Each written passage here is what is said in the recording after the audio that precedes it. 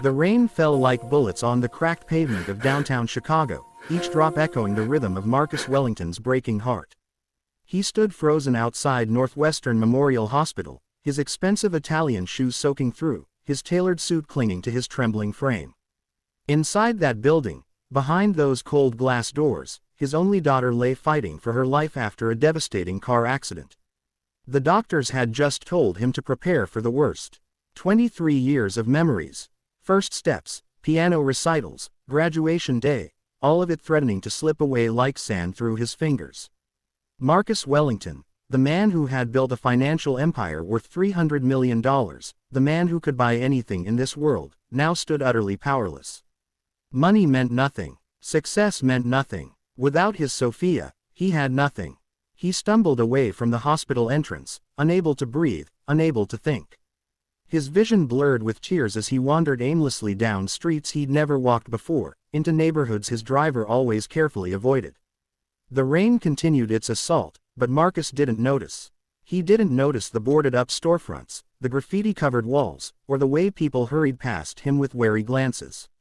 All he could see was his daughter's face, pale and lifeless in that hospital bed, machines breathing for her, keeping her tethered to a world she might soon leave behind. That's when he heard the voice. Small, young, barely audible above the storm. Mister, are you okay? Marcus looked down through his tears to see a girl, no more than 9 years old, standing in front of him. She wore clothes that had seen better days, a faded purple jacket with a broken zipper, jeans with holes that weren't the fashionable kind, and sneakers held together with duct tape. Her dark skin glistened with rainwater, her hair pulled back into 2 uneven pigtails. But her eyes held a warmth that seemed impossible given her circumstances. Go away, Marcus managed to choke out, turning from her. He didn't want witnesses to his breakdown. He didn't want pity, especially not from a child who clearly had her own troubles. You're crying, the girl said simply, not moving. My mama says when grown-ups cry like that, it means their heart is broken. Is your heart broken, mister? Something about her directness, her innocent observation, made Marcus stop. He turned back to her, really looking at her for the first time. Behind her, huddled under a tattered awning, he could see what appeared to be her mother, a thin woman wrapped in layers of threadbare clothing, holding 2 smaller children close to her body. They were homeless. This entire family was living on the streets, and yet this little girl had noticed his pain and stopped to ask if he was okay. My daughter, Marcus heard himself say, the words tumbling out unbidden. She's in the hospital. The doctors say she might not make it through the night. She's all I have. My wife died 5 years ago, and Sophia, she's everything. Without her, I don't know how to keep living. The little girl nodded solemnly, as if she understood completely. Then she reached into her jacket pocket and pulled out something wrapped in a napkin. She carefully unfolded it to reveal half of a peanut butter sandwich, slightly soggy from the rain but obviously precious to her. Here, she said, holding it out to him. You should eat something. My mama says you can't take care of nobody if you don't take care of yourself first. Marcus stared at the sandwich, then at the girl, then back at the sandwich. This child, who clearly had nothing, who probably hadn't eaten a full meal in days, was offering him her food. The gesture was so pure, so incomprehensibly kind, that it pierced through his despair like a beam of light through darkness. I can't take your food, he whispered. It's okay, she insisted, pushing it toward him. We got more. It was obviously a lie, but one told with such conviction, such generosity of spirit, that Marcus felt something shift inside his chest. What's your name? He asked. Amara, she said. It means grace in African. My grandma picked it before she went to heaven. Amara, Marcus repeated, taking the sandwich with trembling hands. He didn't eat it, couldn't eat it, but he held it like the precious gift it was. Why did you stop to help me? You don't know me. Amara shrugged, rain dripping down her face. You looked how my mama looked when Daddy went away. Like you forgot how to hope.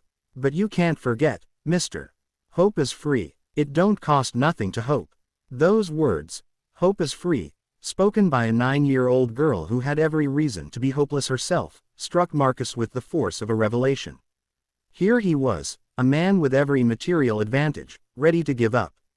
And here was this child, with nothing but the clothes on her back, refusing to stop hoping. Don't cry, Amara said suddenly, reaching up to touch his hand.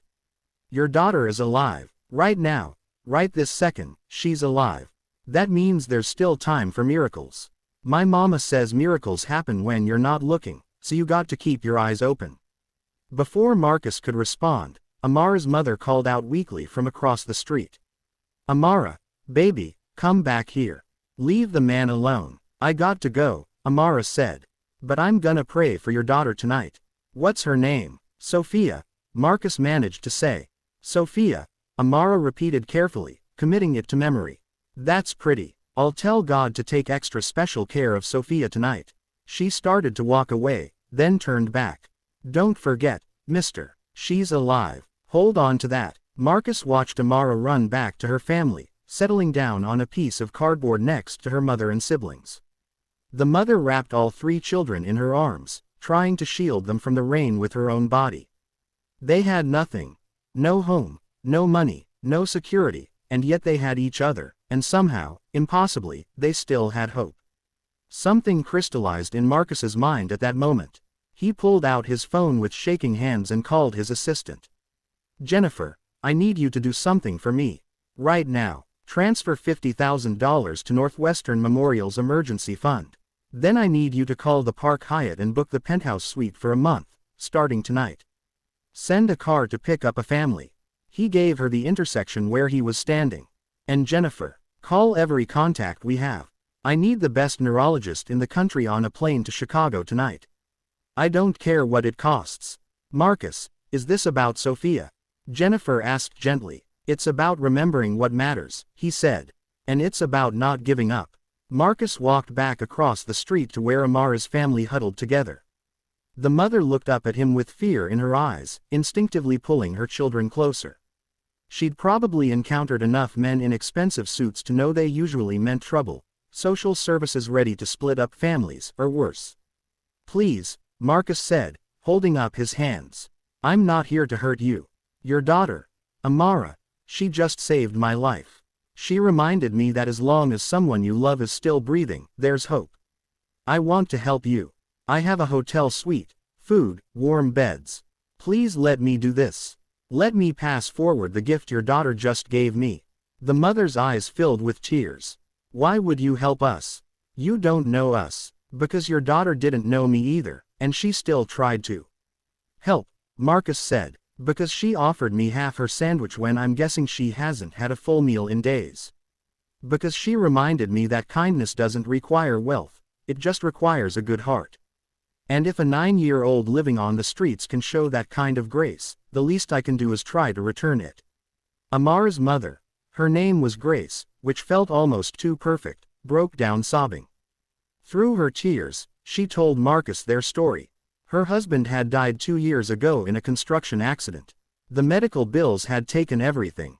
She'd lost her job when she'd had to care for him full-time. They'd been evicted, moved from shelter to shelter, and finally ended up on the streets when the shelters ran out of space.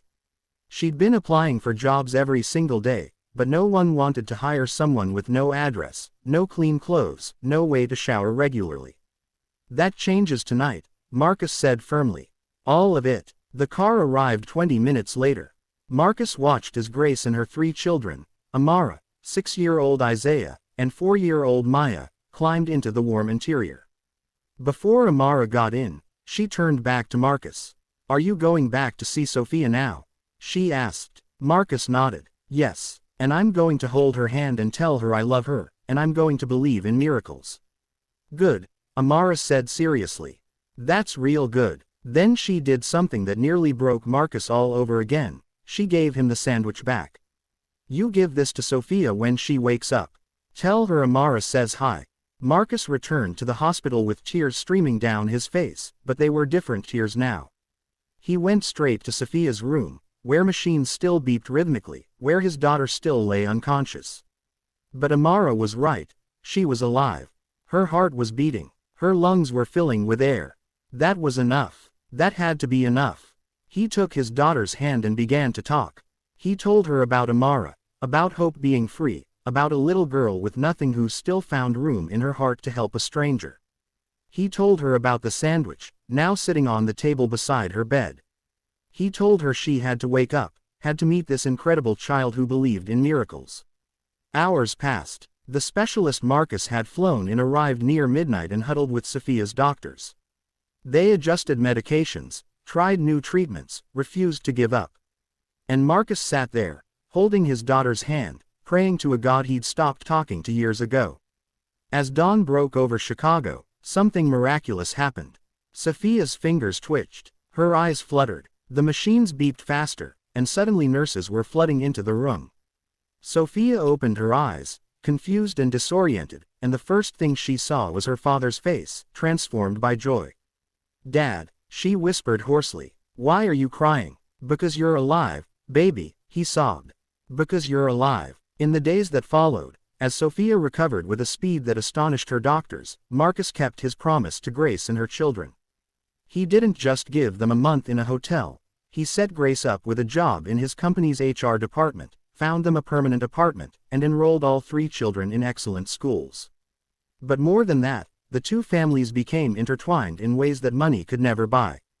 Amara visited Sophia in the hospital every day, bringing drawings and stories, filling the sterile room with laughter. Sophia, once a privileged young woman who'd never thought much about those less fortunate, found herself transformed by this little girl's wisdom. When she was finally discharged, she told her father she wanted to start a foundation, one that helped homeless families, particularly those with children. "We'll call it Hope is Free," Sophia said, and Marcus smiled through his tears. The Wellington Foundation launched 6 months later, and Amara cut the ribbon at the opening ceremony. The photo of a billionaire's daughter and a formerly homeless 9-year-old, arms around each other, smiling at the camera, went viral. The story behind it spread across social media, reminding people that kindness knows no economic boundaries, that the poorest among us can teach the richest among us about what truly matters. Marcus never forgot that rainy night, standing broken on a Chicago street corner, ready to give up on everything. He kept the napkin from Amara's sandwich framed on his desk, a reminder that sometimes salvation comes from the most unexpected places. That sometimes the people we think need saving are actually the ones who save us. And late at night, when he tucked Sophia into bed, something he'd never take for granted again, he would tell her the same thing Amara had told him: "You're alive. That means there's still time for miracles. So keep your eyes open."